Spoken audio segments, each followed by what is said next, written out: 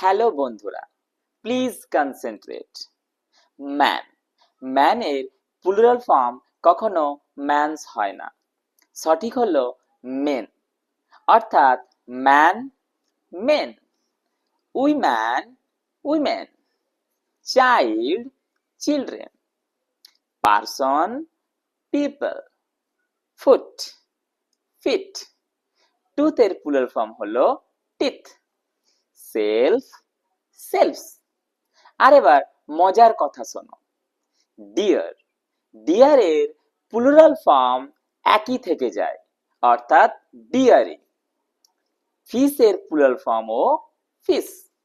এখন তোমাদের জন্য প্রশ্ন, শিপ, শিপের প্লুরাল ফর্ম কি হবে? নিচে কমেন্ট করে বলো। ভিডিওটি যদি ভালো লাগে শেয়ার করো এবং ফলো করে দিও।